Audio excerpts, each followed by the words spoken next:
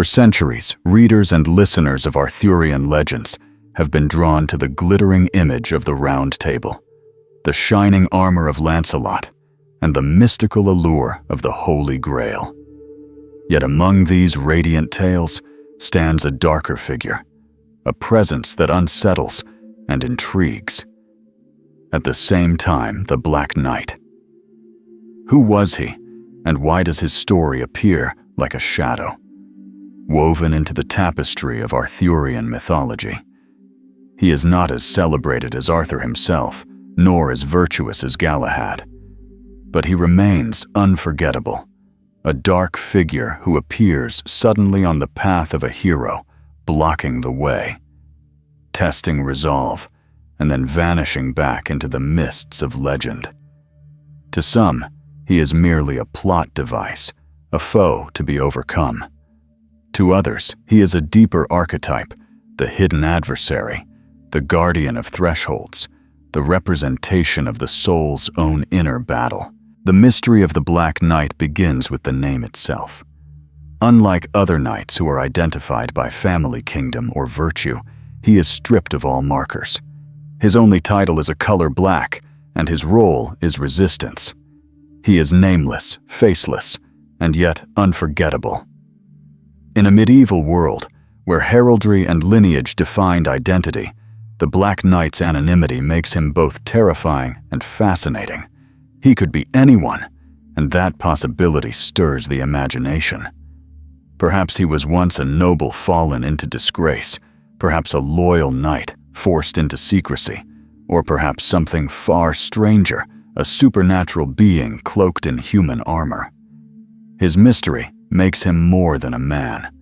He becomes a symbol. Arthurian stories, rich in allegory, always use figures like the Black Knight to communicate truths that go beyond swords and shields. He is the one who stands at the crossroads, the one who will not let you pass unless you prove yourself. In this sense, he becomes less a character and more a cosmic necessity. Every soul that seeks wisdom, every king that seeks a crown, every knight that seeks honor, must eventually face the dark figure who embodies their fear, their doubt, and their unworthiness. The battle with the Black Knight is never merely external. It is the dramatization of an inner confrontation. In this way, he echoes biblical encounters, where the faithful are tested whether in the desert, in the wilderness, wrestling match with an angel. The allure of the Black Knight also lies in his ambiguity. Unlike the clearly evil Mordred or the clearly noble Galahad, the Black Knight is not defined. He is not always a villain. Sometimes he challenges in order to refine.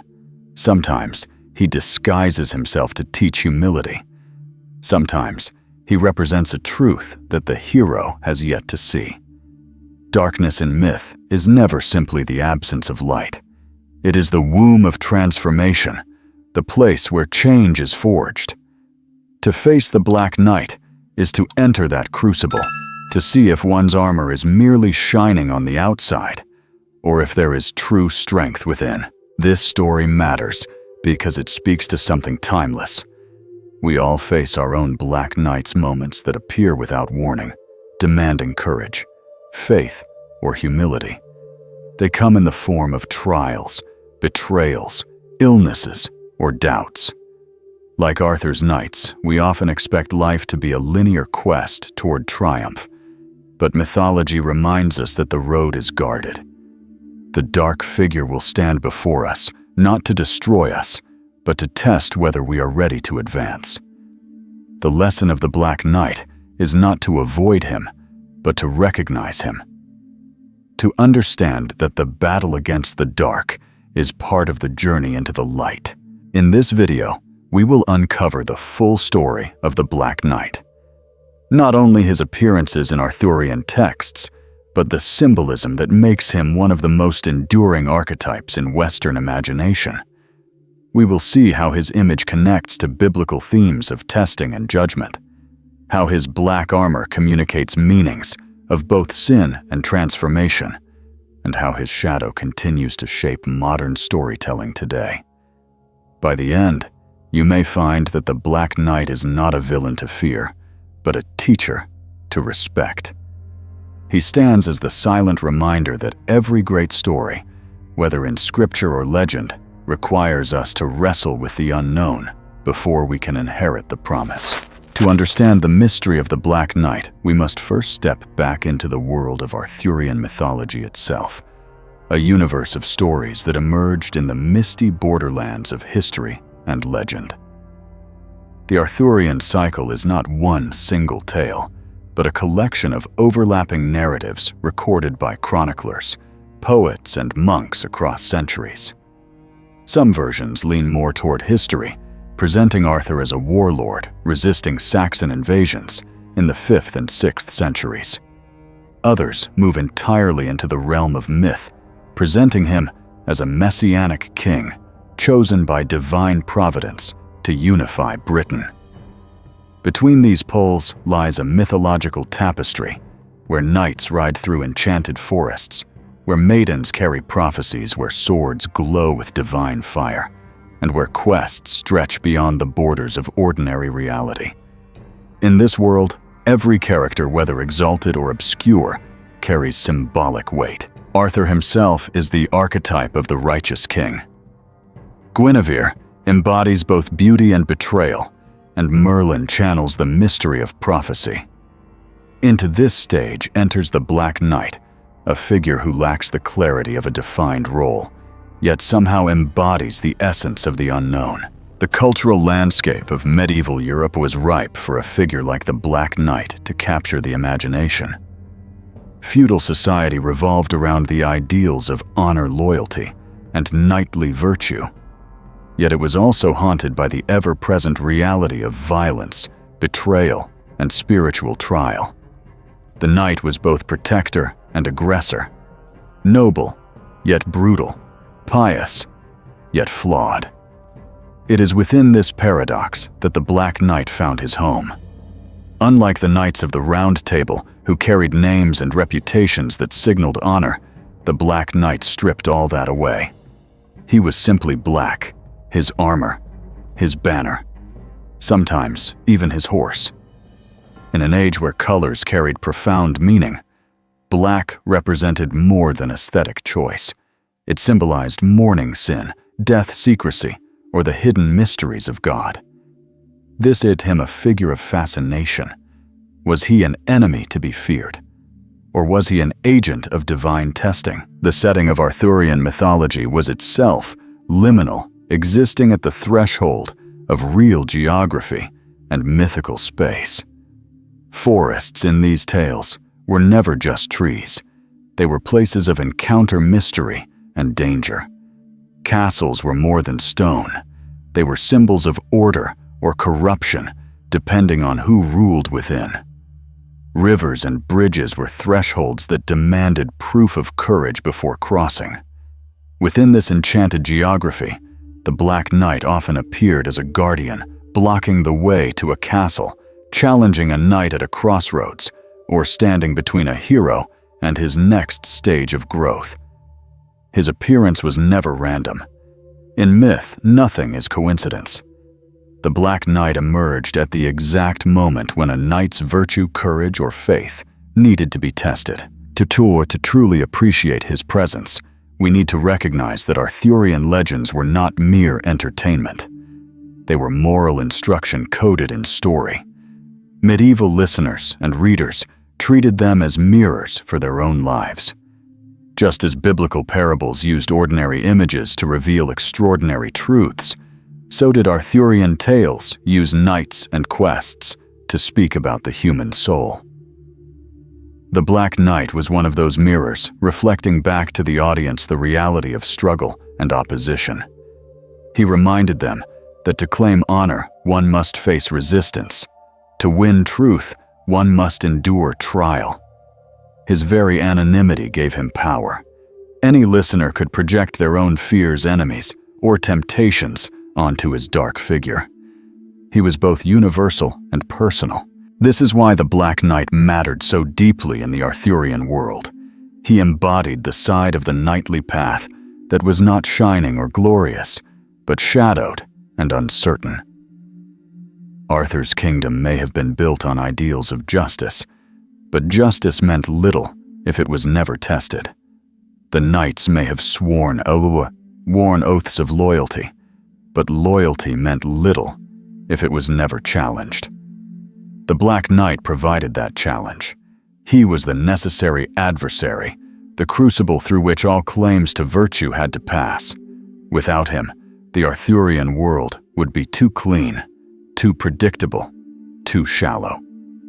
With him, it became a drama of real depth, one that echoed the profound truth that every soul, even the noblest, must wrestle with darkness before reaching the light. The earliest appearances of the Black Knight in Arthurian literature are often fragmented and elusive, but these fragments are enough to reveal a figure that refuses to be pinned down. Unlike Arthur Lancelot or Gawain, whose genealogy's virtues and flaws are written in detail, the Black Knight appears suddenly like a shadow cast across a bright road. Some of the earliest mentions come from medieval romances in the 12th and 13th centuries, when poets such as Chrétien de Troyes and later English chroniclers wove together the sprawling tales of Arthur's court.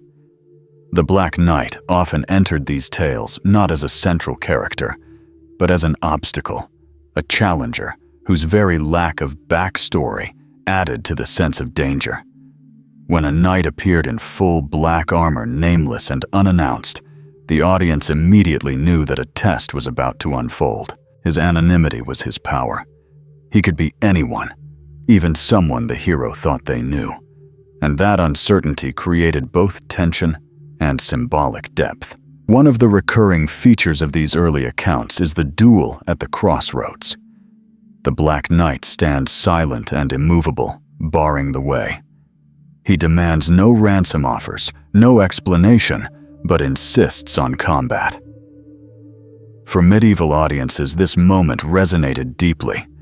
The knight on a journey was not just traveling through physical space, but through moral and spiritual stages.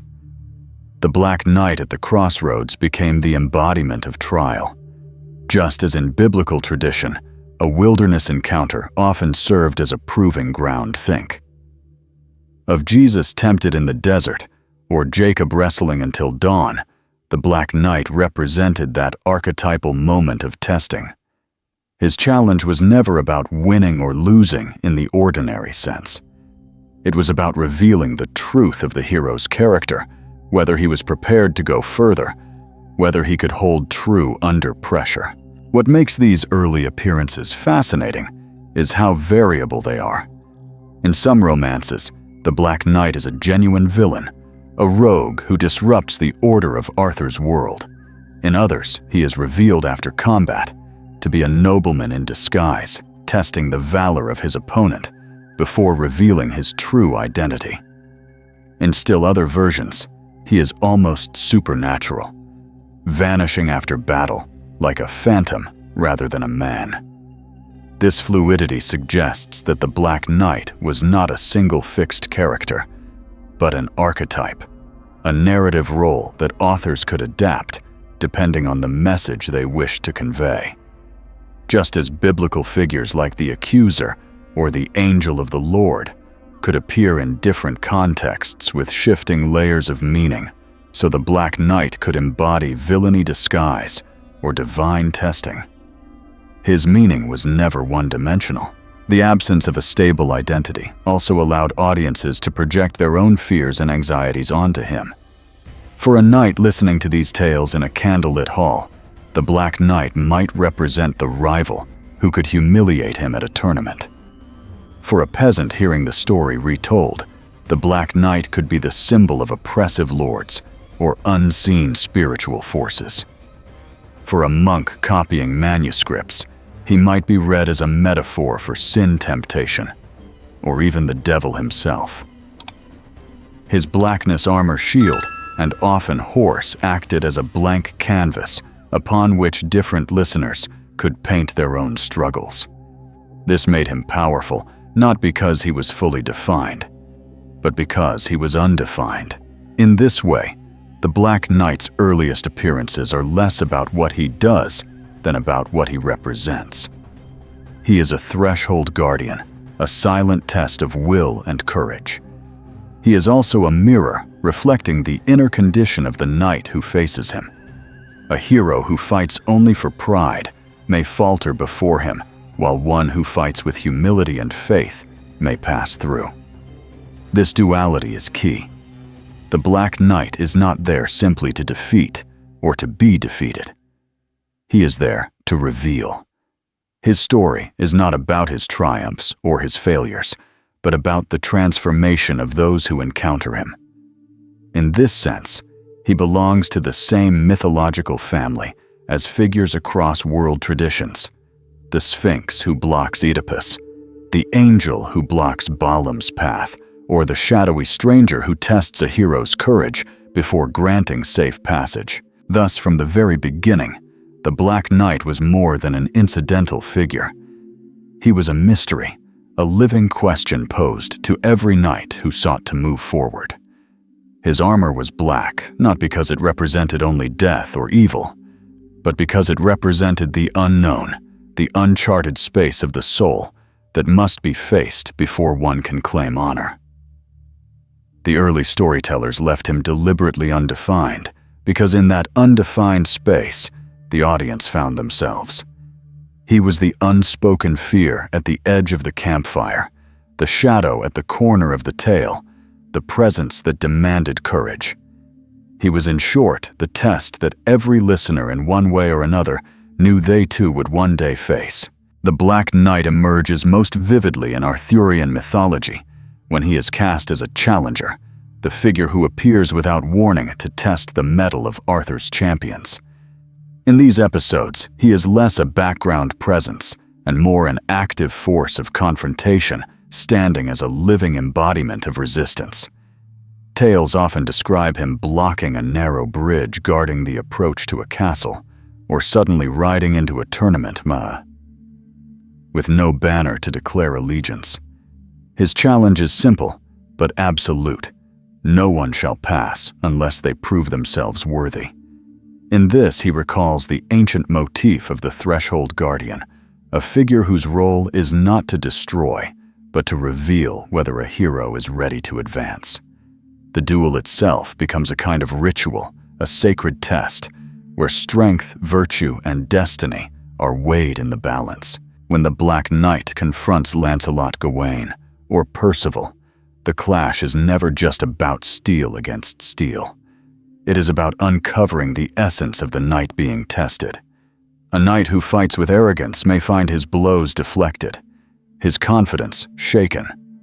A knight who fights with humility and resolve may emerge with greater honor, not because the Black Knight was an ordinary opponent, but because he was a crucible designed to expose the truth. Medieval audiences steeped in a culture where chivalry was preached as much as practiced would have immediately recognized the symbolism. The Black Knight was not simply another foe to be defeated. He was the measure of whether one's vows of courage, loyalty, and faith were authentic or hollow. The dual motif in these stories resonates powerfully with biblical themes of trial and testing. The image of a dark figure barring the way recalls Jacob wrestling through the night with a mysterious being at the ford of Jabbok, refusing to let go until he received a blessing. Like the Black Knight, the angel Jacob wrestled with was an adversary and a teacher at once, embodying struggle and transformation. Similarly, the story of David facing Goliath carries echoes of the same archetype, an imposing figure, armored and intimidating, standing in the way of progress, forcing a test of courage and faith. These biblical parallels are not accidental. They reflect the shared symbolic vocabulary of ancient storytelling, where the path to greatness always required confronting the darkness that loomed ahead. In Arthurian romances, the Black Knight sometimes fights to the death, but often the combat ends ambiguously. The Black Knight may retreat, vanish, or reveal a hidden identity, leaving the hero transformed rather than simply victorious. This ambiguity is crucial. It suggests that the Black Knight was never primarily about winning or losing. He was about the revelation of truth. By standing as a barrier, he forced the knight, and by extension, the audience to reckon with what it truly meant to be worthy. Was courage a matter of brute strength or of inner conviction? Was honor proved by conquest or by perseverance? These were questions the Black Knight's challenge pressed into the heart of the narrative. What makes the Black Knight particularly fascinating as a challenger is the consistency of his anonymity. Unlike other adversaries in Arthurian lore, Mordred Morgan Le Fay, or the Saxon invaders, he often arrives without a name, without a backstory, without allegiance. This stripped-down role amplifies his archetypal function. He is not a character in the ordinary sense. He is an ordeal personified. His darkness, his silence, his refusal to justify himself. All these make him an almost spiritual presence, one that embodies not the flaws of a man, but the trials of the soul. This is why medieval storytellers could reuse him in different contexts without contradiction. He was not confined to one identity, because his true identity was the test itself. The duel with the Black Knight, then, is never an isolated moment of combat, but a symbol of initiation. To pass through him is to step into a new stage of the journey. To falter before him is to remain unprepared. In this sense, the Black Knight functions much like the wilderness trials of the prophets or the temptations of Christ in the desert. He represents the inevitability that every seeker must face resistance before attaining wisdom. For Arthur's knights, the confrontation was literalized in swordplay and jousting. For the audience, it was internalized as a reminder that faith, honor, and virtue cannot exist untested. Thus, the Black Knight, as challenger, is one of the most enduring archetypes of Arthurian lore. He embodies the confrontation every soul must undergo with its own shadow, its own doubts, its own fears. His presence on the page is dramatic, but his meaning is timeless. The reminder that the road to light always passes through darkness, and that no hero can reach the crown without first proving themselves against the faceless adversary who blocks the way. If the Black Knight is remembered as a challenger, then the heart of his symbolism lies in the theme of judgment. His armor, dark and impenetrable, communicates more than secrecy or menace. It embodies the idea of an unyielding verdict, a reckoning that cannot be avoided. In Arthurian tales, when the Black Knight appears, it is never as a casual encounter. His arrival signals that the hero has reached a stage where his worth must be weighed. Just as a judge sits in robes of black to render decisions, the Black Knight stands as a figure whose very presence divides truth from falsehood, strength from weakness, faith from doubt. His darkness does not simply conceal him. It becomes the color of judgment itself, a sign that the moment of testing has arrived. Medieval audiences living in a world saturated with religious imagery would have recognized the profound weight of this symbolism. Black was the color of ashes and penitence, worn on Ash Wednesday to remind the faithful of mortality. It was also the color of the monastic habit, representing humility and separation from the world. Yet in another sense, black represented the terrifying shadow of sin, death, and damnation. To encounter a knight entirely clad in black, then, was to confront the full spectrum of these meanings. He was not merely a fighter. He was a mirror in which one saw either condemnation or purification. If the knight prevailed, the blackness of judgment was transformed into a sign of victory. If he failed, the blackness became a shroud covering his shame. This theme connects powerfully to biblical imagery. In the book of Job, Satan appears as the accuser, not simply to tempt, but to test, placing Job's faith under the harsh weight of suffering. Similarly, the Black Knight's role is to strip away illusion. He is not impressed by shining armor, noble banners, or words of loyalty. He demands proof in action. The duel is a courtroom without walls. The verdict written not in ink, but in sweat, blood, and endurance. This is why the Black Knight stories often carry a gravity that feels heavier than ordinary knightly combats. They are not about rivalry, but about revelation. They show the soul under judgment confronted with the question, are you truly what you claim to be? At times, the Black Knight can be read as an allegory for divine justice hidden in darkness. Medieval theologians often wrote that God's judgments were inscrutable, shrouded beyond human comprehension. The black armor becomes a symbol of that hiddenness. When a knight faces the Black Knight, he is in a sense facing the mystery of God's judgment, a test not of strength alone, but of sincerity, humility, and truth. The anonymity of the Black Knight intensifies this idea. Because he has no fixed name, he could be anyone. He could even be divine justice itself, stepping into the story in the form of a challenger. But there is also a psychological dimension here. In Arthurian literature, judgment is not always about morality imposed from above. Sometimes it is about the internal reckoning of the soul. The Black Knight can be understood as the projection of the knight's own conscience, the inner voice demanding accountability. Just as the Apostle Paul spoke of the law written on human hearts, accusing or excusing each one. The Black Knight stands as that inner tribunal externalized in story. His blows are heavy not because they break bones, but because they expose what lies beneath the surface. Facing him is equivalent to facing oneself. For the audience of the Middle Ages, this scene is sharp and sobering. They lived in a time when the fear of final judgment hung over every sermon, every cathedral wall, every funeral procession. The Black Knight was not just an entertaining opponent in a tale. He was a reminder that all must one day stand before judgment. His presence in Arthurian mythology dramatized that ultimate encounter. To hear of a knight battling the Black Knight was to be reminded of one's own soul awaiting its test, whether by trial in this life or by the final weighing at the end of days. Thus, the Black Knight as judgment transforms him into more than an adversary. He becomes the embodiment of truth's demand, the symbol of that unavoidable moment when appearances are stripped away and the essence of the person is revealed.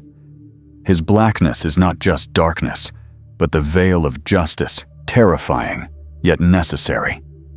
He is the one who confronts heroes not to destroy them, but to declare who they truly are.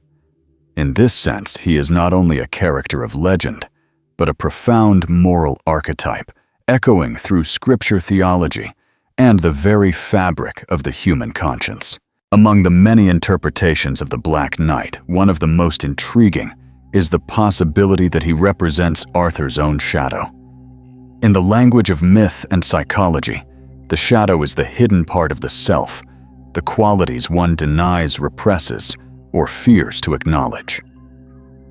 For a king like Arthur, whose identity was built upon ideals of justice, nobility, and light, the Black Knight stands as the unspoken counterpart, the darker twin who embodies everything Arthur would rather ignore. This interpretation helps explain why the Black Knight so often appears without clear origin or destiny. He is not an external enemy like Mordred, who seeks to usurp the throne, nor an outright villain like Morgan Le Fay, who plots against Camelot. Instead, he is an ambiguous mirror, reflecting the darker currents that swirl beneath Arthur's shining legend. This doubling motif is not unique to Arthurian lore. Across world mythology, heroes are often confronted by a figure who resembles them, but in inverted form. In biblical tradition, we see Saul and David, both kings. Anointed, yet one consumed by jealousy, while the other rises in faith. In Greek myth, Achilles and Hector stand as reflections of one another, each embodying valor, but directed toward opposing fates. The Black Knight functions in a similar manner, not by carrying Arthur's name, but by manifesting what Arthur must confront. Pride, fear the temptation of power, or the inevitability of death. When the Black Knight challenges Arthur or his knights, he may in fact be dramatizing the internal struggle of the king himself, projected outward into a foe that can be fought with sword and shield. The anonymity of the Black Knight supports this reading.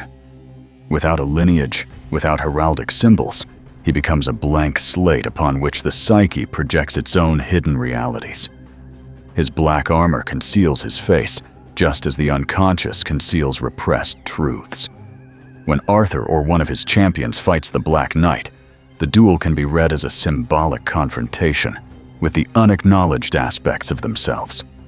Victory, then, is not merely triumph over an opponent, but integration, the acceptance of one's shadow, the recognition that true kingship requires facing not only external enemies, but also the darkness within. Literary scholars have long noted that medieval romances often use disguise and mistaken identity as central themes. Knights would wear another's colors, hide their names, or ride under a false banner to test their peers. The Black Knight fits perfectly into this tradition. His disguise, however, is not about pretending to be someone else, but about concealing the truth that he may be someone very familiar. In some tales, when the Black Knight is unmasked, he is revealed to be a known knight, or even a disguised ally, teaching the lesson that appearances deceive. In psychological terms, this moment of unmasking is the recognition that the shadow we fear outside of us is often a part of ourselves. From a spiritual perspective, the idea of the Black Knight as Arthur's shadow connects to the biblical teaching that no one is righteous without trial. Even the most anointed leaders carry within them the seeds of weakness, pride, and fallibility. The psalmist writes, "Search me, O God, and know my heart. Test me, and know my anxious thoughts." The Black Knight embodies this prayer in narrative form. He is the test that reveals the hidden places, the armored figure who forces Arthur's knights, and by extension, Arthur himself, to confront what lies buried beneath noble appearances. This interpretation deepens our understanding of why the Black Knight endures. If he were only an external villain, his story would fade into the background of countless other foes, defeated by Arthur's warriors. But because he functions as the archetype of the shadow, his story resonates on a psychological and spiritual level. He is not simply an opponent. He is the darkness that makes the light meaningful, the mirror that exposes what shining armor alone cannot conceal. To face him is to admit that even the greatest heroes are not whole until they confront what they fear most within themselves. Thus, when we think of the Black Knight as Arthur's shadow, we see him not as a character to be dismissed, but as an indispensable part of the myth. He reveals that the Arthurian legend is not merely about external glory, but about the inward journey of integration. Just as Christ confronted temptation in the wilderness before stepping into ministry, so too must Arthur face his dark twin before ruling with true wisdom. The Black Knight is therefore not a flaw in the legend, but its hidden core, reminding us that kingship, knighthood, and faith all require a reckoning with the self. The Black Knight did not remain confined to shadowy duels or allegorical battles. As Arthurian literature evolved into the romances of the High Middle Ages, he began to appear in chivalric contexts, such as tournaments and courtly contests. These romances were written in a period when knighthood itself was undergoing transformation, moving from its early warrior roots to a more polished image shaped by ideals of courtesy, loyalty, and Christian virtue. Within this refined world, the Black Knight served as a paradox, a knight who participated in the pageantry of chivalry, but cloaked in anonymity, his black armor erasing the very identity that tournaments were designed to display. In medieval tournaments, heraldry was everything. Brightly colored coats of arms and family banners were not mere decoration. They were declarations of lineage, allegiance, and honor. To ride into a tournament without such markers was an act of defiance, a refusal to play by the rules of reputation. The Black Knight's decision to fight in black armor without insignia subverted this system. He represented the idea that true honor could not be bought with lineage or displayed in colors. It had to be proved in combat itself. This struck a chord in a society where many knights inherited privilege without necessarily embodying the virtues chivalry demanded. By stripping away banners and names, the Black Knight became the ultimate test of substance over appearance. At times, the Black Knight's role in these romances was even moralistic. He might disguise his identity not out of villainy, but to test the humility of his opponents. In one tale, a proud knight who mocks the Black Knight's lack of heraldry finds himself thoroughly defeated, learning the lesson that humility is a truer sign of worth than ostentation. In another, the Black Knight reveals after the contest that he had been concealing his identity, deliberately choosing black armor as a sign of penitence or anonymity, reminding both his opponent and the audience that the greatest victories are often won in secret. These stories echo biblical teachings that the last shall be first, and the first shall be last, turning the knight's anonymity into a vehicle for divine truth. The romance writers also imbued the Black Knight with elements of mystery that went beyond moral lessons. His sudden appearance at tournaments mirrored the unpredictability of life itself. In a culture deeply attuned to fate and providence, the Black Knight became an emblem of how swiftly one's standing could be tested. One moment a knight basked in the glory of applause, the next, he found himself unhorsed by a faceless figure clad in black. This unpredictability resonated with medieval audiences who lived in a precarious world where plague, war, and famine could strip away wealth and honor overnight. The Black Knight reminded them that reputation meant little unless it could endure trial. Spiritually, the Black Knight in chivalric romances embodied the Christian ideal of hidden virtue. Monks and theologians often spoke of the value of humility, warning against pride and reputation.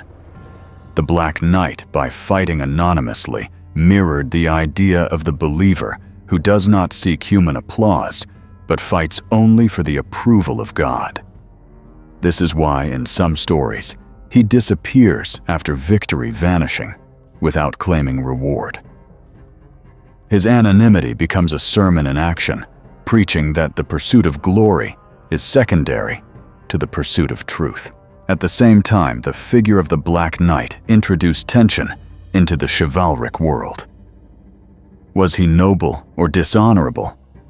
To some knights, his anonymity was cowardice, a refusal to stand by one's name. To others, it was purity, a refusal to corrupt battle with vanity. This ambiguity ensured that the Black Knight remained fascinating. He could not be reduced to a single interpretation. He embodied the paradox at the heart of knighthood itself, a path that demanded both strength and humility, both public honor and private virtue. Thus, in the world of chivalric romance, the Black Knight became more than a mysterious opponent. He became a commentary on the system itself, challenging its reliance on outward displays and forcing both characters and audiences to reconsider what it meant to be truly noble. His anonymity, rather than diminishing him, elevated him into a figure of symbolic power, a living riddle whose presence asked whether virtue was measured by what others saw or by what one carried in the secret chambers of the soul. When we widen our view beyond Arthurian mythology, The figure of the Black Knight takes his place among a long line of dark figures that populate mythologies and spiritual traditions across the world. These characters cloaked in shadow often appear as adversaries, tempters, or threshold guardians, and they share the same essential function to force the hero or the seeker to confront the unknown within themselves. The Black Knight, with his faceless black armor and silent challenge, resonates deeply with these cross-cultural archetypes, showing that his story was not an isolated invention, but part of a universal human language of myth. Consider the Norse berserkers, warriors, who entered battle clothed in animal skins and consumed by a furious, almost demonic rage. They embodied chaos, striking fear into even the bravest of opponents. To face them was not simply to fight flesh and blood, but to encounter a terrifying energy that seemed beyond human. Like the Black Knight, the berserker was not just an enemy to defeat, but a trial to endure a living storm that tested whether a hero's courage was stronger than fear. Both figures shared a sense of the uncanny, as if they belonged as much to the realm of the supernatural as to the world of men. In biblical tradition, the parallel is even sharper. The New Testament speaks of the man of lawlessness, a figure who embodies opposition, deception, and resistance to truth. Though not armored in black steel, this archetype carries the same essence. He is the one who obstructs, who must be faced before the faithful can move forward. Similarly, the adversary in Job is not simply a tempter, but an accuser standing in judgment to test the integrity of the righteous man. The Black Knight in Arthurian legend mirrors these roles. He is not simply an antagonist, but an embodiment of resistance itself, standing in the path of progress as a living question. Are you ready to continue? In Islamic lore, one finds the figure of the ghoul, shadowy beings that haunt lonely places, preying upon travelers who wander too far into desolate lands. To encounter a ghoul was to risk death, but also to prove vigilance and strength. Much like the Black Knight appearing at the crossroads or forest paths, the ghoul embodied the dangers of wandering unprepared. Both figures functioned as reminders that every journey, whether physical or spiritual, is fraught with trials that test courage and discernment. These parallels suggest that the archetype of the dark challenger is universal. Human beings have always intuited that progress toward light requires a confrontation with darkness. Heroes cannot ascend without passing through trial. Prophets cannot deliver their message without first enduring wilderness testing. Warriors cannot claim victory without first enduring the terror of an unknown foe. The Black Knight belongs to this lineage of figures who exist to remind us that life's deepest truths are revealed only when we face what terrifies us. Psychologically, these figures express the same reality that Carl Jung would later describe as the shadow. The repressed, denied aspects of the self that must be acknowledged for wholeness to be achieved. In myth, the shadow does not appear as an abstract theory, but as a living adversary. The Black Knight is the knight's shadow. The berserker is the warrior's shadow. The ghoul is the traveler's shadow. Each must be faced because to turn away is to remain incomplete. The battle with these figures is a metaphor for the battle within the confrontation between who we think we are and who we truly are when stripped bare. For medieval audiences, hearing about the Black Knight would have triggered recognition of these larger patterns. Though their world was defined by Christianity, they shared in the same mythological imagination that produced dark challengers in other cultures. To them, the Black Knight was not merely a character, but a symbol of the universal struggle, one that echoed their own fears of death, sin, and the unknown. He was at once foreign and familiar, terrifying and necessary. Thus, when we compare the Black Knight to these other dark figures, we see his deeper purpose. He is not simply a plot device in Arthurian stories. He is the British iteration of an archetype that humanity has always known. Whether he wears black armor, a wolf pelt, or the guise of a spirit in the desert, his essence is the same. He is the shadow that stands at the threshold, demanding to be faced. And through him, myth communicates a profound truth that growth, transformation, and redemption are impossible without first encountering the darkness that lies both within and without. If there is one place where the presence of the Black Knight becomes most profound, it is in the context of the Grail quest. The search for the Holy Grail, the chalice associated with Christ's Last Supper and his sacrificial blood, was the pinnacle of Arthurian myth. It was not a mere adventure, but the ultimate spiritual journey, the quest that separated the ordinary knight from the one truly called to divine purpose. In these tales, the Black Knight emerges as more than a simple challenger. He becomes a tester of purity, a shadow cast across the road to the most sacred object in Christendom. His role here reveals the deepest layer of his symbolism. He is the guardian of the sacred, the one who ensures that only the worthy may approach. The Grail quest was never meant to be a story about physical courage alone. Knights such as Percival Galahad and Bors were not measured simply by their strength in battle, but by their hearts, their chastity, their faith, and their humility.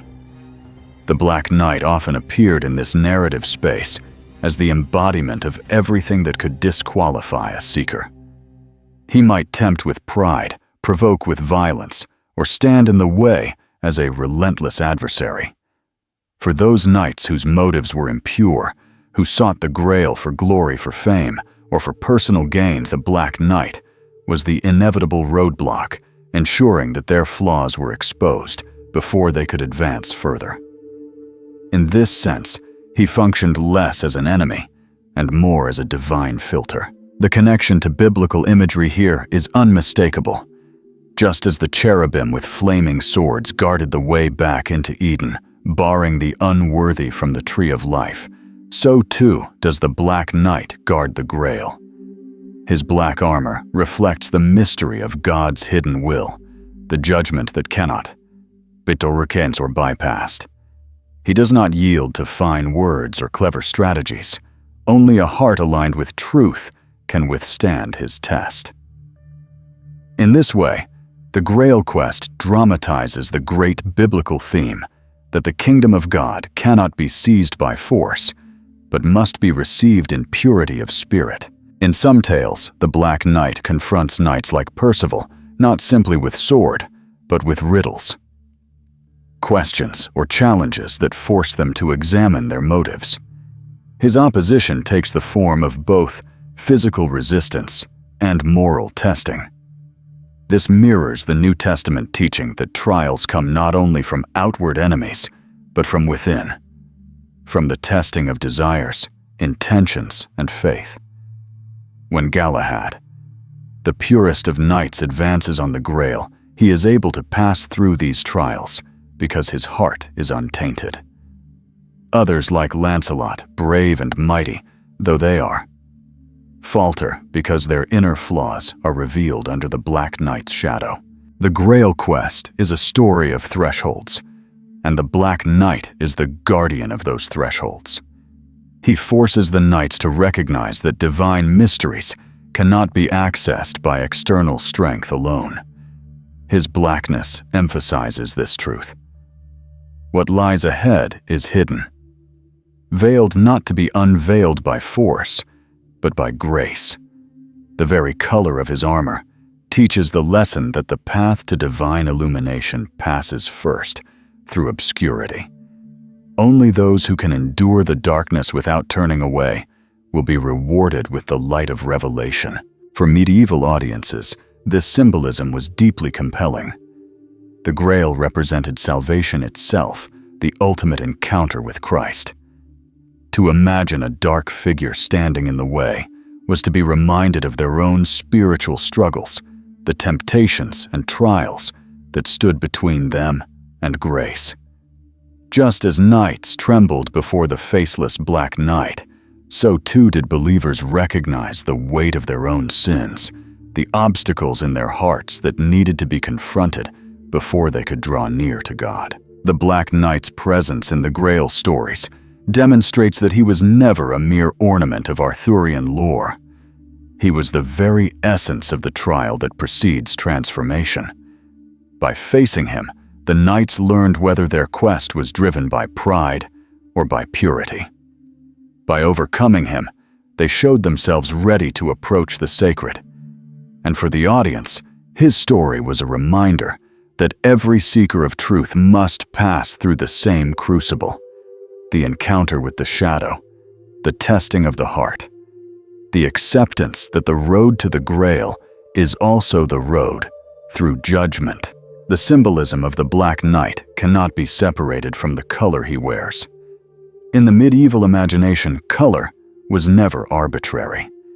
It carried theological, moral, and even cosmic weight. Black, in particular, had a complexity that modern readers often miss. Today, we associate black primarily with evil or villainy, but for a medieval audience, it represented a spectrum of meanings: death and sin. Yes, but also penitence, humility, and even divine mystery. When the Black Knight rode forth clad in armor dark as night, audiences would not have seen a simple villain. They would have seen an enigma, a reminder that the spiritual life is not painted in simple shades of light and dark, but woven from paradox. In one sense, black symbolized mourning and mortality. Death was an ever-present reality in medieval Europe, and black garments were often worn to signal grief. The Black Knight's appearance thus carried with it a reminder of life's fragility, of the inevitability of death, that no knight, no king, no peasant could escape. To face him was, in symbolic terms, to face death itself. This gave his challenges a profound weight. When a knight fought the Black Knight, he was not merely defending his honor, but wrestling with the universal truth that all human strength eventually falls before the grave. But black was also the color of penitence. Monks in certain orders wore black habits as a sign of humility and separation from worldly pride. In this sense, the Black Knight could embody not sin, but the reminder of repentance, the stripping away of vanity. His anonymity, his refusal to display colors or heraldry, echoed this monastic humility. In defeating or confronting him, a knight was not conquering an enemy, but learning a lesson that true virtue requires humility, that pride must be broken before grace can be received. Theologically, black also symbolized mystery. The cloud of unknowing described by mystics who spoke of God's presence as a divine darkness beyond human comprehension. For these thinkers, darkness was not the absence of God, but the very place where God's infinite mystery concealed itself from the grasp of human reason. Within this mystical framework, the Black Knight could represent the hiddenness of divine judgment, the unknowable tests that God places in the path of his servants. His black armor then became a metaphor for the inscrutability of God's will, terrifying, impenetrable, yet holy. At the same time, audiences could not ignore the association of black with sin and damnation. Hell was often depicted in manuscripts as a place of smoke, ash, and darkness. Demons were painted black to signify their separation from divine light. To encounter the Black Knight was therefore also to risk the shadow of temptation, to recognize the weight of sin pressing against the soul.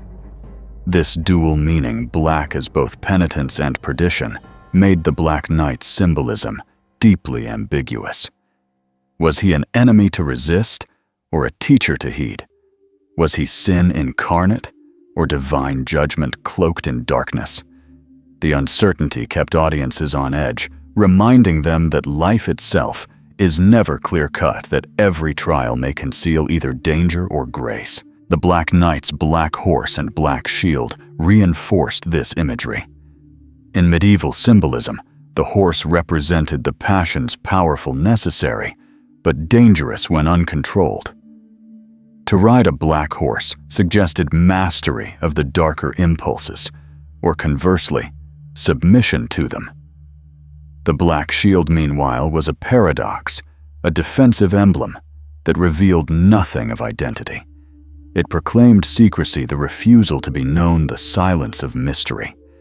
Together, these elements created a figure who was not merely terrifying, but profoundly symbolic, embodying layers of meaning that challenged the imagination of every listener. For the Christian audience of Arthurian tales, the message was clear: blackness was not something to be dismissed as evil alone. It was to be wrestled with, understood, even embraced as part of the journey toward holiness. The Black Knight was the story's way of saying that one must pass through the night before reaching the dawn, through penitence, before finding grace, through death, before attaining resurrection.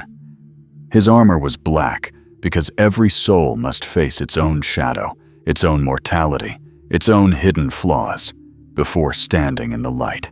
Thus, the Black Knight's color was never incidental. It was his very identity, the cloak of paradox that made him unforgettable.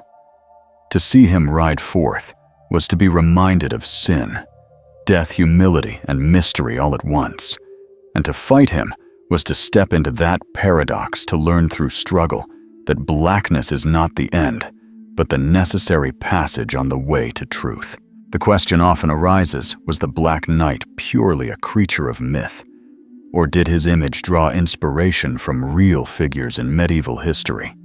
While the Arthurian cycle is undeniably rooted in legend, it absorbed influences from the lived experiences of medieval Europe.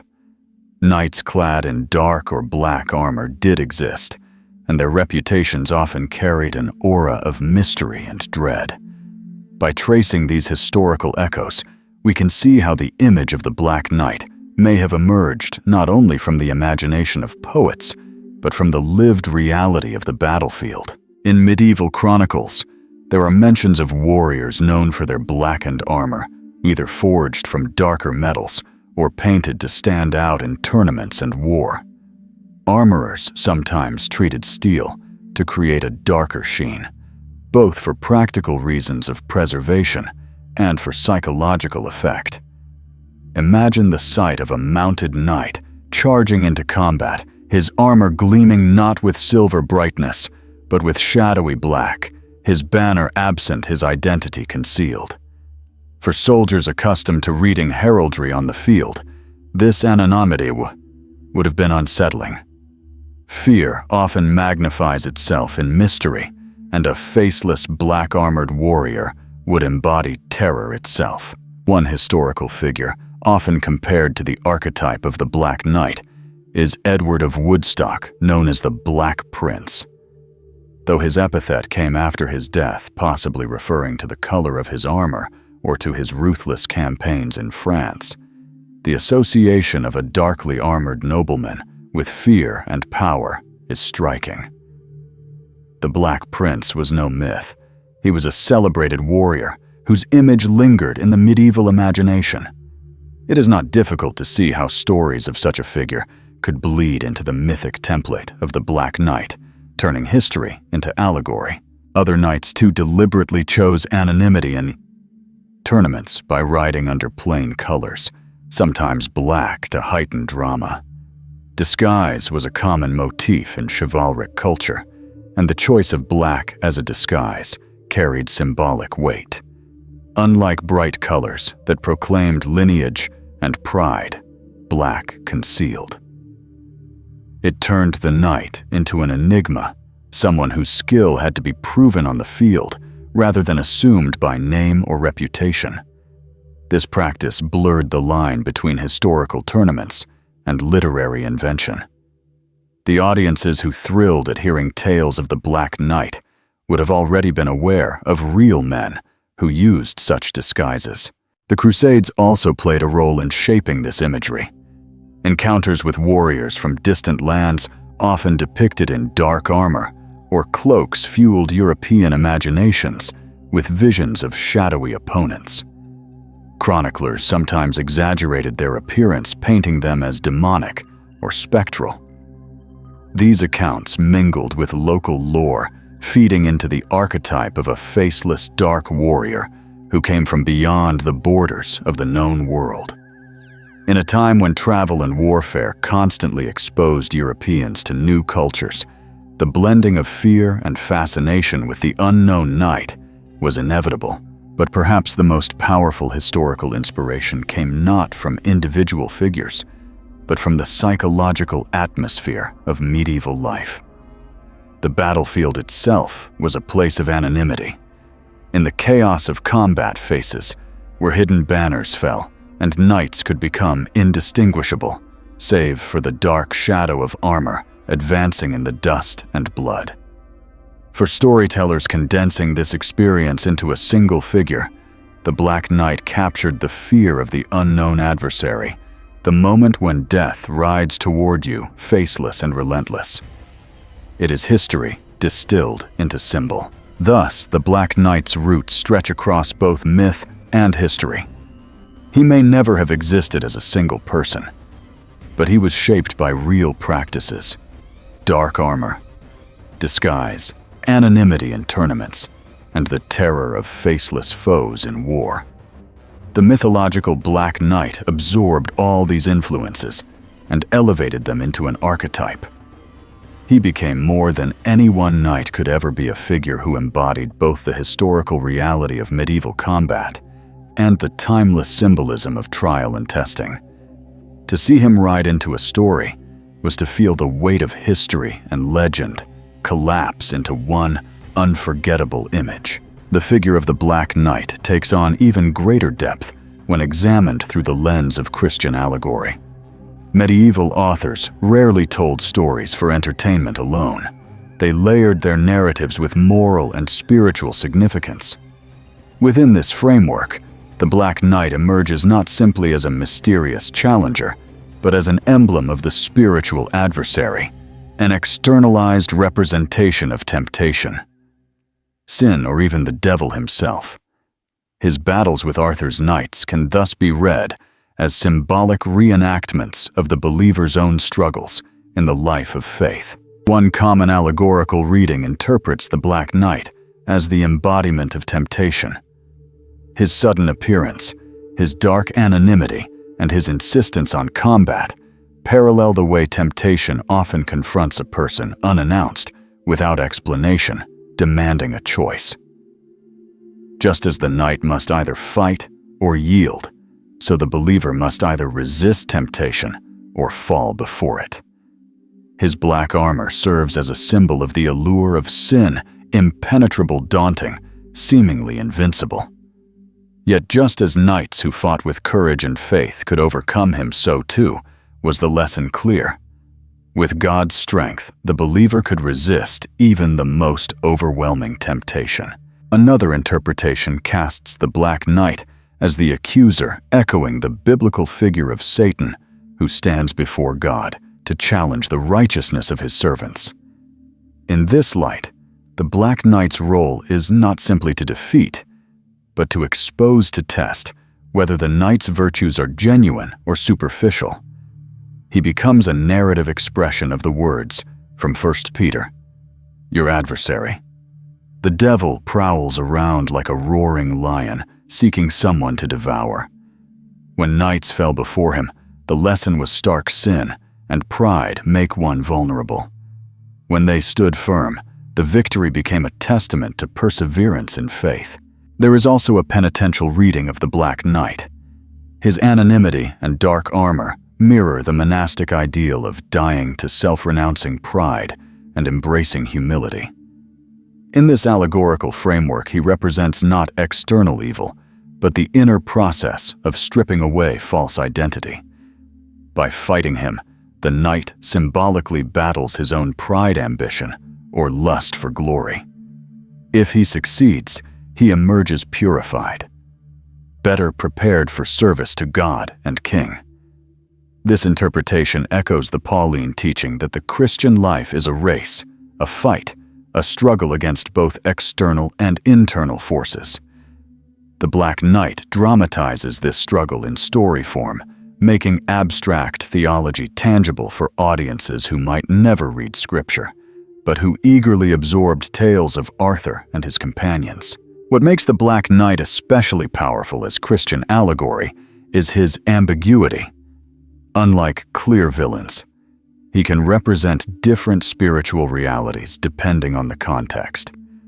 Sometimes he is temptation, sometimes judgment, sometimes humility, sometimes the shadow of the self. This fluidity is not a weakness, but a strength. It mirrors the complexity of spiritual warfare itself, where the enemy does not always appear in obvious form. Just as Paul wrote that Satan disguises himself as an angel of light, so too could the Black Knight disguise himself as an ordinary knight, a noble figure, or even an ally. His shifting roles reminded audiences that discernment was essential, that evil and testing rarely come labeled as such. The allegorical weight of the Black Knight was reinforced by his connection to combat. Medieval Christians were deeply familiar with the imagery of spiritual battle. The armor of God, described in Ephesians, the shield of faith, the breastplate of righteousness, the sword of the Spirit as language they heard in sermons, prayers, and hymns. To see a knight clad in black armor challenging the faithful was to see the opposite, the armor of sin, the sword of pride, the shield of deceit. The confrontation became a dramatization of the cosmic struggle between light and darkness. For audiences of the Middle Ages, this allegorical dimension gave the Black Knight profound relevance. He was not a relic of pagan myth, but a figure who spoke directly to their Christian imagination. His battles taught lessons about vigilance, humility, and perseverance. He was the adversary every believer would eventually meet in some form on the field of temptation, in the silence of conscience, or at the threshold of death. By facing him, the knight on the page mirrored the believer's own calling to fight the good fight, to finish the race, to keep the faith. The Black Knight takes on sharper contours when we examine his encounters with the great heroes of Arthurian tradition: Lancelot, Gawain, and Percival. Each of these knights embodies a distinct archetype within the mythology. Lancelot as the tragic paragon of chivalry and passion, Gawain as the loyal but flawed defender of Arthur's honor, and Percival as the naive seeker transformed by the Grail. When the Black Knight crosses paths with these figures, the encounter becomes more than a fight. It becomes a revelation of their deeper nature, a test uniquely tailored to expose both their strength and their weakness. In tales where Lancelot confronts the Black Knight, the battle is framed as a clash of perfection against mystery. Lancelot is unmatched in martial skill, his victories legendary, his name a beacon of Camelot's pride. Yet when facing the Black Knight, his superiority is tested in ways that unsettle him. The Black Knight resists defeat longer than expected, forcing Lancelot to recognize that skill alone is not enough to ensure victory. At times, Lancelot defeats him, but not without scars, physical or spiritual, that remind him of his vulnerability. The allegory is clear: even the greatest among us must face a shadow that humbles their pride. For audiences, this was a sobering message. If Lancelot, the best of knights, could be shaken by the faceless Black Knight, then no one was exempt from trial. Gawain's encounters with the Black Knight highlight another layer of meaning. Known for his loyalty and courage, Gawain also bore a reputation for rashness and for being easily provoked. The Black Knight, with his silence and inscrutability, often served as a mirror to Gawain's impatience. When Gawain rushed into combat without reflection, the Black Knight exposed his lack of discipline, teaching him that bravery without wisdom could lead to downfall. In some stories, Gawain's failure to defeat or outwit the Black Knight reinforced the lesson that courage needed to be tempered by humility and discernment.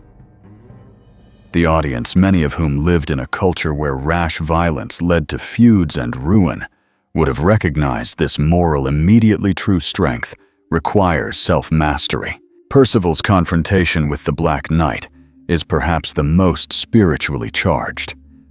Percival begins his journey as a naive youth, ignorant of chivalric customs, guided only by instinct and a longing for meaning.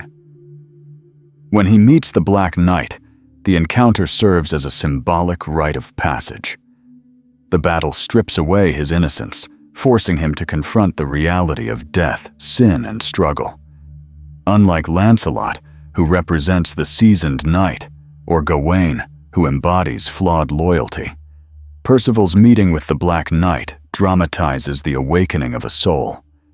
He learns that the quest for the Grail is not only a pursuit of holiness, but also a confrontation with darkness. His victory, or even his survival, becomes a sign that he is ready to continue on the path toward the ultimate mystery of the Grail. These stories illustrate that the Black Knight adapts himself to the needs of the narrative. With Lancelot, he humbles perfection. With Gawain, he disciplines rashness. With Percival, he initiates the seeker into maturity. He is not one-size-fits-all, but a fluid archetype that reveals the unique weakness or lesson each hero must confront. In this way, he resembles biblical figures of testing, such as the angel who wrestles Jacob differently than the way temptation confronts Christ, or how Job's trial is not the same as Peter's denial. The test is always personal, calibrated to expose what must be revealed. The enduring fascination with these encounters lies in the fact that the Black Knight rarely dies in the traditional sense. Often after the duel ends, he vanishes, retreats, or reveals a hidden identity. This detail underscores his symbolic role. He is not meant to be permanently destroyed, but perpetually encountered. He is not a foe to erase, but a threshold to cross. For Lancelot, Gawain, and Percival, the battle with the Black Knight does not end their journey, but deepens it, leaving them marked by an experience that reshapes their destiny. Thus, the Black Knight's interactions with Arthur's greatest champions reveal his true function.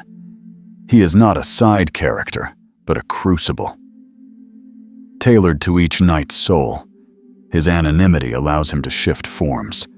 His blackness lends him gravity, and his presence ensures that every hero must face the same reality, the shadow within and without. In this way, the Black Knight becomes indispensable to the very fabric of the Arthurian myth, the silent teacher who confronts every knight differently, yet points them all toward the same truth.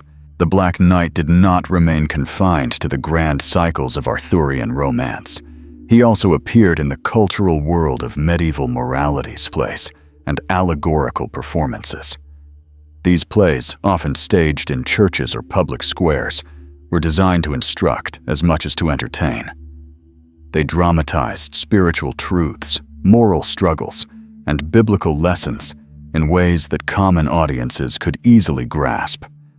Within this setting, the figure of the Black Knight was perfectly suited to become a living symbol of sin temptation or death, confronting characters who represented the human soul on its journey through life.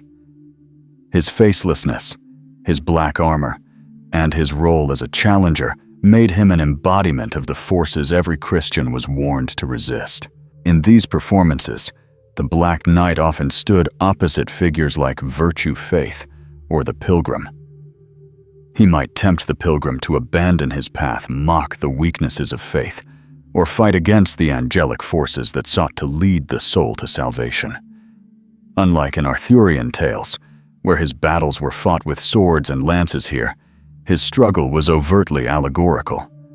Each strike of his weapon represented a temptation, greed, lust, pride, or despair. The clash was not merely between men, but between cosmic forces contending for the fate of a soul. Audiences watching such scenes would not have mistaken the Black Knight for an ordinary character.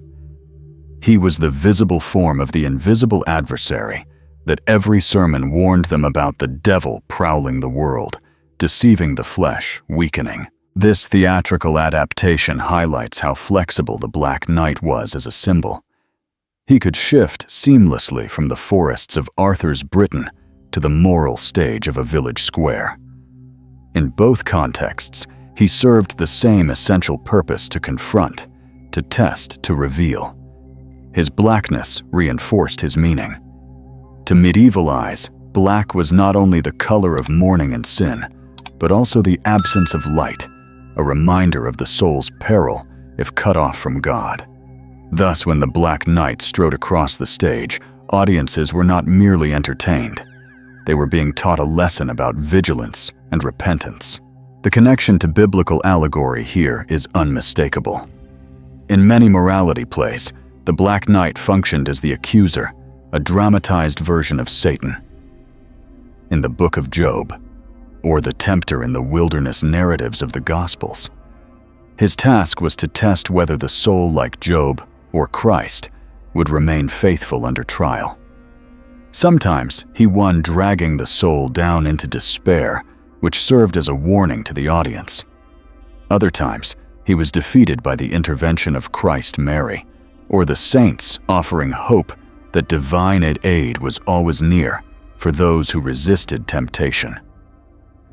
Either way, the lesson was clear: the Christian life was a battle, and the Black Knight was the visible embodiment of that struggle. It is also worth noting that in these morality plays, the Black Knight rarely had a personal name. This deliberate anonymity allowed him to represent not one particular sin, but the totality of opposition to God.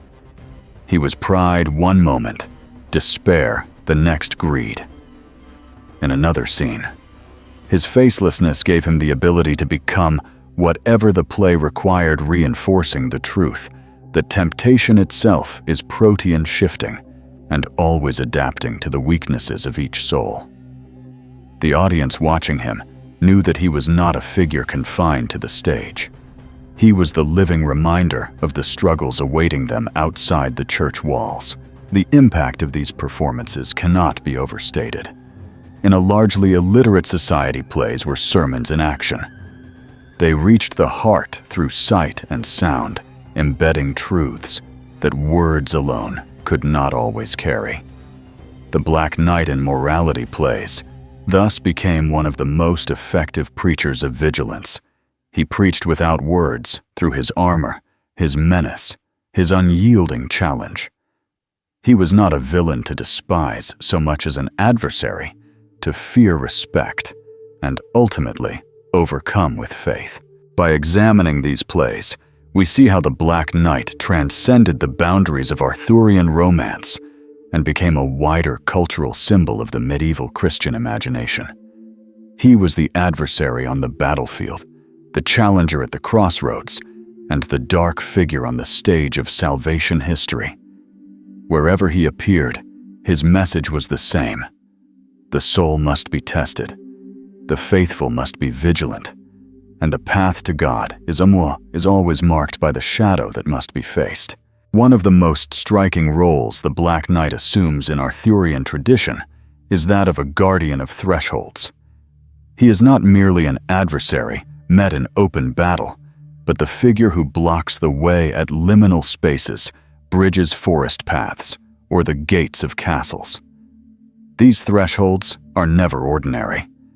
In the symbolic world of myth, they represent transitions from one state of being to another, moments when the hero must prove readiness before advancing into deeper realms of knowledge, power, or spiritual truth. By standing guard at these passageways, the Black Knight becomes more than an enemy. He becomes the ritual gatekeeper, the one who ensures that no one advances without first facing trial. In many stories, a knight riding toward an important quest finds the way barred by a silent figure in black. He does not explain his purpose, nor does he offer alternatives. His very presence communicates the condition to move forward. You must confront me. This stark demand mirrors the structure of initiation rites across cultures. Whether in tribal societies, ancient mysteries, or medieval knighthood, the passage from one stage of life to another was always marked by ordeal. The Black Knight embodies that ordeal in Arthurian lore. He is the one who turns the road itself into a test, transforming the landscape into a spiritual threshold. The image resonates strongly with biblical themes of guardianship. After Adam and Eve were expelled from Eden, cherubim with flaming swords were stationed at the gates, barring the unworthy from returning to the tree of life. The Promised Land itself was a threshold guarded by giants and fortified cities, demanding courage and faith before the Israelites could enter. Christ too spoke of the narrow gate, that few would find a threshold that required discipline and humility. In this light, the Black Knight can be seen as a narrative echo of these scriptural truths. He is the one who guards the passage, ensuring that only those prepared in spirit may proceed. The symbolism of thresholds is further deepened by the places where the Black Knight appears. The forest in medieval thought was a space of danger and mystery, representing the unconscious, the uncharted, the place where demons and saints alike could be encountered. To meet the Black Knight in the forest was to confront the unknown within oneself.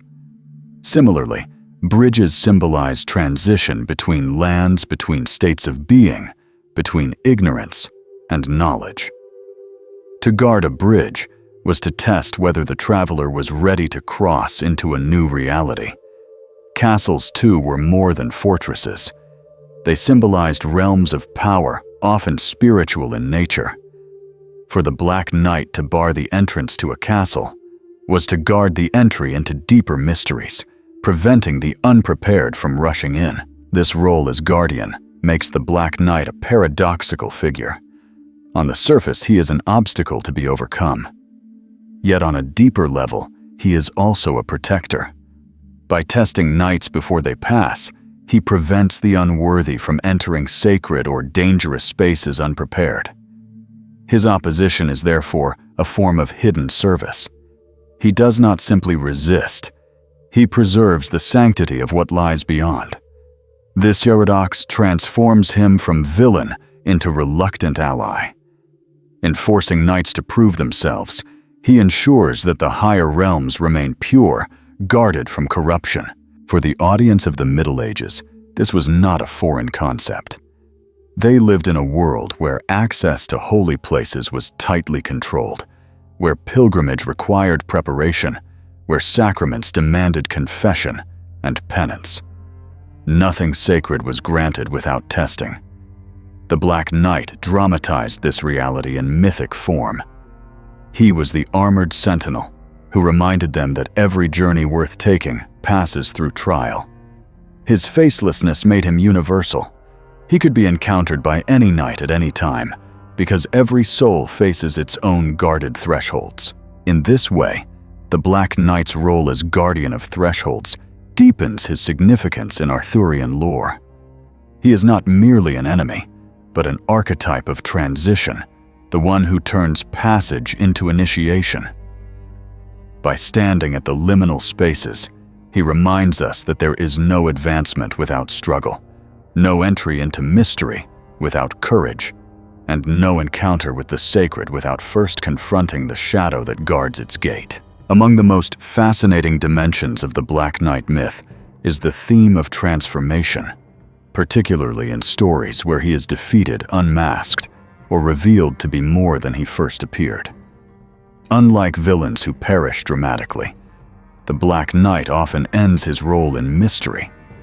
Sometimes after a fierce duel, he surrenders and acknowledges the victor. In other tales, his helmet is lifted to reveal the face of a familiar knight in disguise, or his dark armor is cast aside to show noble lineage concealed beneath.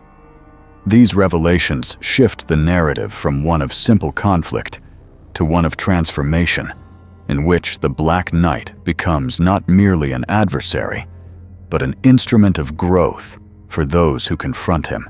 When the Black Knight is defeated and then unmasks himself, the lesson is clear: appearances deceive, and the darkest armor may conceal a noble heart. In one account, the Black Knight is revealed to be a loyal servant of Arthur, testing younger knights to ensure their worthiness.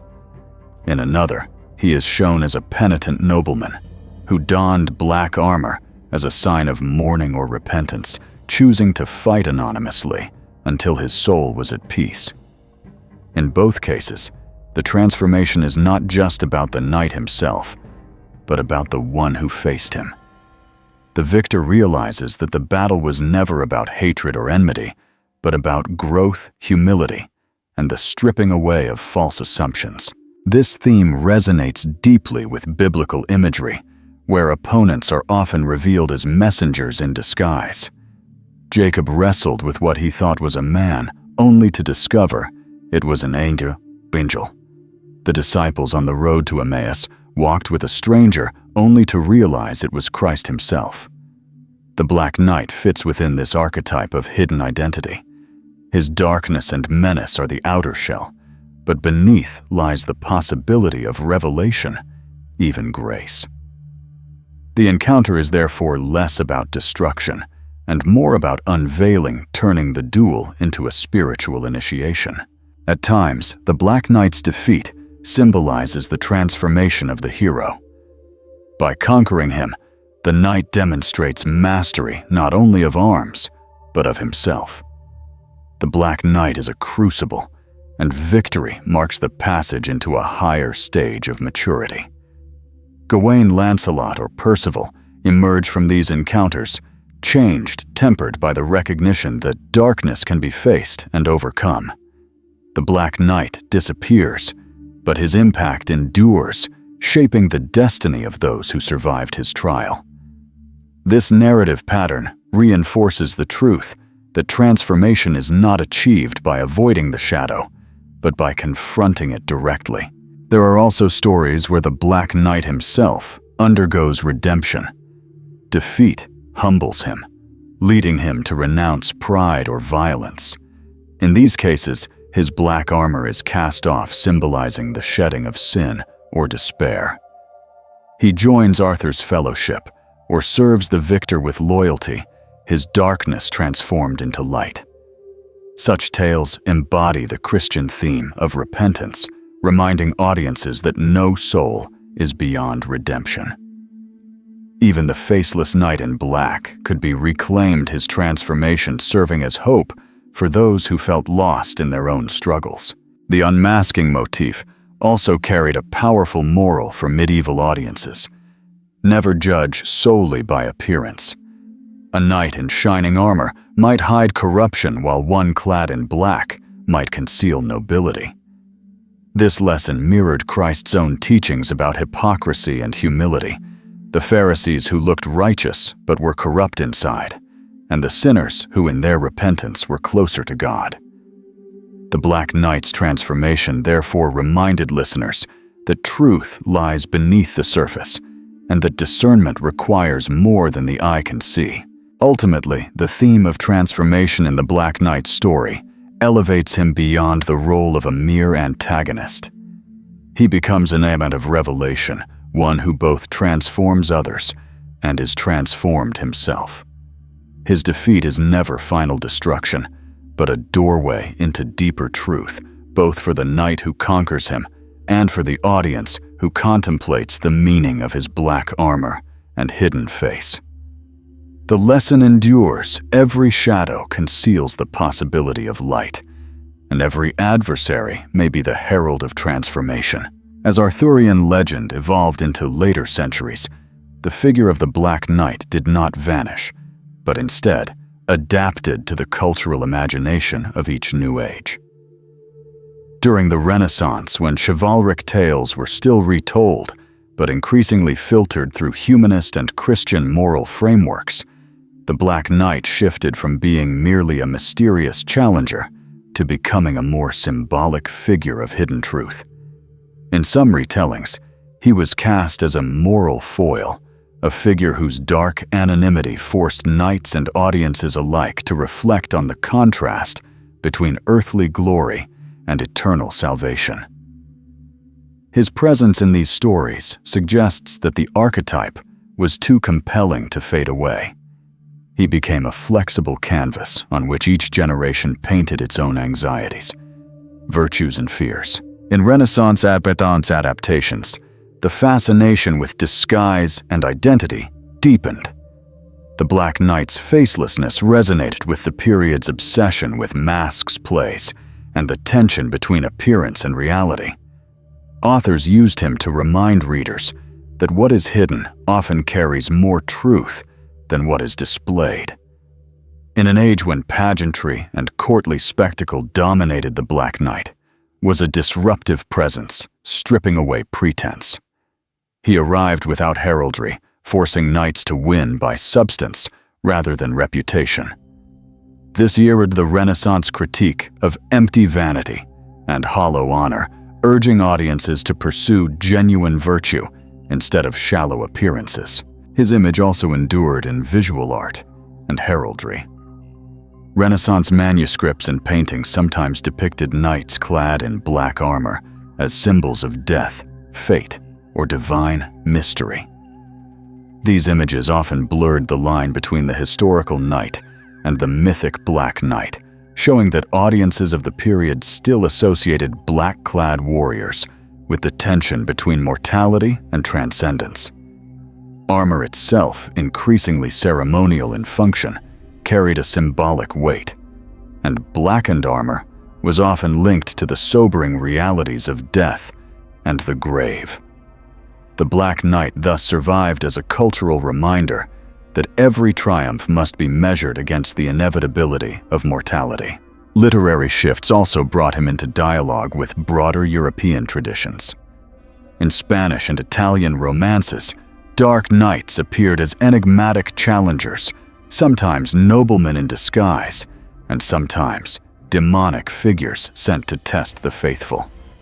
These versions were not direct descendants of the Arthurian Black Knight, but show how the archetype traveled across cultures, finding new homes in the storytelling traditions of the Renaissance world. The faceless warrior in black armor was a universal figure, always adaptable, always resonant with the anxieties of each society that retold his story. Perhaps the most significant transformation of the Black Knight during this era came through his integration into morality and philosophy. Renaissance writers often emphasized the inner journey of the soul, portraying life as a pilgrimage filled with obstacles and temptation. Within this allegorical framework, the Black Knight naturally found a place as the embodiment of those obstacles. His presence in a story was no longer just about physical battle, but about the inward struggle for wisdom and salvation. He was not merely an adversary of the hero, but a dramatization of the truth that every person must wrestle with their own hidden darkness before attaining enlightenment. In some late medieval and Renaissance interpretations, the Black Knight even became a symbol of the melancholic temperament, a state associated with introspection, genius, and spiritual struggle. Melancholy was often depicted in black, tied to Saturn and the trials of fate. By association, the Black Knight could be seen as the outward form of this inward burden, the shadow that tests the sorrow that deepens wisdom, the darkness that precedes illumination. This added yet another dimension to his role, connecting him not just to combat, but to the inner life of reflection and philosophy. The endurance of the Black Knight across these centuries proves that his meaning was never static. He began as a shadowy challenger in Arthurian tales, but by the Renaissance, He had become a mirror for cultural concerns about vanity, mortality, and the hidden truths of the soul. His adaptability ensured his survival for each age found in him what it needed: a foe, a teacher, a reminder, or a mystery. The fact that he could inhabit all these roles is what makes him one of the most enduring figures in the mythology of knights and beyond. As the centuries passed, and Arthurian tales spread beyond the manuscripts of monks and the halls of nobles, the Black Knight found new life in popular culture. His image, stark and enigmatic, lent itself to reinvention across literature, theater, and eventually modern media. No longer confined to medieval romances, he began to appear in plays, novels, and in later centuries, films and comic books, each adaptation reshaping his role, but preserving the essence of mystery that made him unforgettable. In this evolution, we can see how the Black Knight became more than a medieval curiosity. He became an archetype embedded in the Western imagination. During the Elizabethan era, playwrights often invoked the figure of the Black Knight in allegory, or as a shorthand for danger and deception. Audiences steeped in chivalric literature instantly recognized what his dark armor meant: opposition testing or corruption. Shakespeare himself, though not writing directly about Arthurian figures, drew upon the archetype in characters who carried similar functions. Men who appeared masked, cloaked, or shrouded in secrecy, serving as obstacles to truth. The Black Knight's anonymity resonated with an age fascinated by the tension between appearance and reality, reinforcing his role as a mirror of uncertainty. In the Romantic period, when medievalism returned to prominence through poetry and art, the Black Knight resurfaced as a dramatic figure of Gothic imagination. Poets used him as a symbol of doom, lost honor, or tragic resistance. Painters depicted him against stormy skies or shadowed forests, casting him as a solitary figure, embodying the darker aspects of knighthood. In this age, fascination with death, melancholy, and the sublime found natural expression in the image of the Black Knight. He was no longer simply the anonymous adversary of Arthur's knights. He had become the brooding warrior, embodying both terror and beauty in equal measure. The 19th century also saw the rise of historical novels and pseudo-medieval romances, in which the Black Knight was reintroduced to popular audiences. Writers often played with his ambiguity, sometimes casting him as a nobleman in disguise testing others' loyalty, other times as a villain cloaked in mystery. Sir Walter Scott's works, for example, revived interest in knights clad in black armor, blurring the line between history and myth. Through such literature, the Black Knight became a familiar figure for readers fascinated by the chivalric past, ensuring that he would never be forgotten. By the 20th century, the Black Knight's image entered entirely new arenas. In comic books, particularly in Marvel's Black Knight series, the archetype was reimagined in modern form, a hero who inherits a cursed blade and wrestles with the weight of darkness and honor. The very fact that this ancient figure could be recast in the language of superheroes testifies to the endurance of his archetype. The themes are the same: mystery trial, the confrontation with shadow, but reframed for modern sensibilities. The armor of steel became armor of narrative, but the symbolic role remained intact. Film and television likewise adapted the Black Knight for new generations. Sometimes he appeared as a comedic figure, parodying the trope of the faceless challenger, as in Monty Python's infamous Black Knight sketch.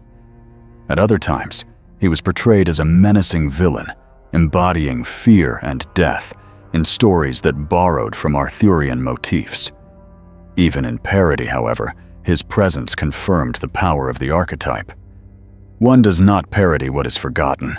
One parodies what is deeply embedded in cultural consciousness.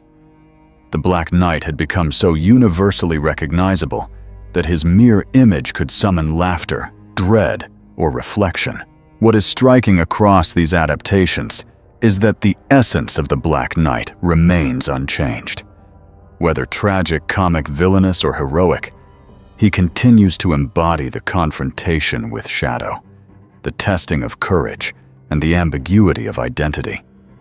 His persistence proves that he is not just a character from Arthurian lore, but a timeless archetype.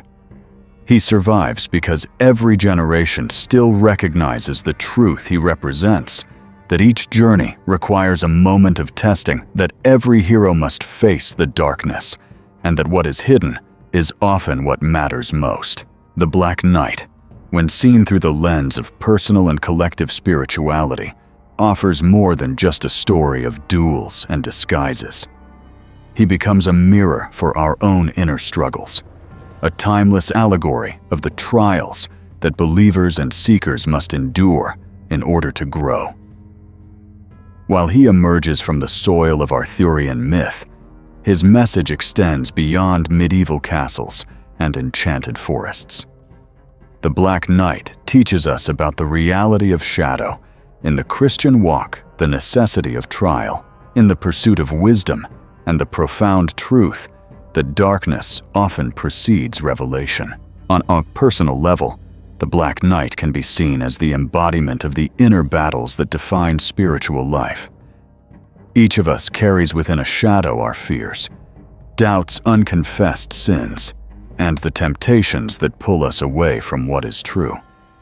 Just as Arthur's knights encountered a faceless warrior barring the path, so too do we meet moments in life when we must wrestle with resistance that feels larger than ourselves. The Black Knight dramatizes these encounters. His black armor symbolizes the weight of our fears. His silence reflects the mystery of unanswered questions, and his challenge reveals that faith is not proven in comfort, but in conflict. To fight him is to face ourselves. Collectively, the Black Knight also represents the trials of communities and nations. Medieval audiences would have seen him as a symbol of the external threats that constantly tested their society: famine, plague, invasion, corruption. For modern readers, his presence can be applied to the larger cultural battles we face: the struggle for truth in a world of deception, the defense of faith in an age of doubt, the pursuit of justice amid systems that reward pride. The Black Knight is faceless precisely because he can become the embodiment of whatever challenge stands before us. He reminds us that every generation has its shadows, and every people must fight to pass through them. From a biblical perspective, the spiritual lesson of the Black Knight is especially poignant. Scripture consistently teaches that trials are not punishments, but pathways to growth. James writes, "Consider it pure joy, my brothers and sisters, whenever you face trials of many kinds, because you know that the testing of your faith produces perseverance." The Black Knight is the mythic dramatization of this verse. He appears not to destroy, but to refine, not to end the story, but to deepen it. His presence in Arthurian lore is a symbolic echo of the same divine principle, that no crown is won without a cross, and no light is gained without first passing through the shadow. The relevance of the Black Knight for modern spiritual seekers lies in his ambiguity. Unlike clear-cut villains, he does not announce himself as evil. He simply appears demanding to be faced. This ambiguity reflects real life. Temptations and trials do not always wear horns and wield pitchforks. They come in the form of doubt, disappointment, failure, or even success that tempts us into pride. The facelessness of the Black Knight reminds us that the greatest battles are often disguised, and the most dangerous trials are the ones we fail to recognize as tests. In this way, the Black Knight also challenges the shallow optimism of modern culture, which often avoids speaking about struggle, suffering, or the necessity of facing darkness. He stands as a counter-message, insisting that transformation only comes through confrontation. His black armor is not meant to terrify, but to remind us that faith must be forged in fire. For the believer, this does not mean despair. It means hope. For if every knight in the legends faced the Black Knight and still advanced, then every soul today can endure its trials and find the strength to continue. Ultimately, the spiritual lesson of the Black Knight is one of courage, humility, and faith. He calls us to recognize that shadows are not signs of abandonment, but invitations to growth. He teaches us that resistance is not an accident, but a necessary stage in every journey. And he reminds us that even in darkness, God is present, shaping us through the very trials that seem to oppose us. To encounter the Black Knight is to stand before the mystery of trial, to accept the weight of testing, and to walk forward knowing that beyond the shadow lies the light of truth. As we reach the conclusion of this journey into the mystery of the Black Knight, one truth becomes clear. He was never simply a minor character lurking in the background of Arthurian myth. He was and remains a powerful archetype, a figure who embodies resistance, trial, and the hidden lessons of darkness. Though he rode in faceless anonymity, his presence carried immense weight. Each time he appeared at a crossroads, on a bridge, or in the shadowed halls of story, he reminded knights and audiences alike that no path worth taking is without challenge. In him, myth and faith converge, showing us that the encounter with shadow is essential to the pursuit of truth. The Black Knight was not a villain in the ordinary sense. He was not driven by the ambition of Mordred, nor by the sorcery of Morgan Le Fay. Instead, he was a mirror, a guardian, a judge. His black armor concealed identity so that he might represent all identities. He was pride, one moment temptation the next, and divine testing in another. He was fluid, because trial itself is fluid, changing form, to strike at the weaknesses of each person. That is why he endured in legend, because he spoke not only to Arthur's knights, but to the soul of every listener, whether in a medieval hall, a Renaissance court, or a modern living room. When viewed through the lens of Scripture, the Black Knight's role becomes even more profound. He resembles the adversary in Job, who tested faith not to annihilate, but to expose. He mirrors Jacob's angel wrestling through the night until a blessing was won. He stands like the flaming sword at Eden's gate, guarding the way to what is sacred, until worthiness is proven. For Christian audiences then and now, the Black Knight reveals an uncomfortable but necessary truth.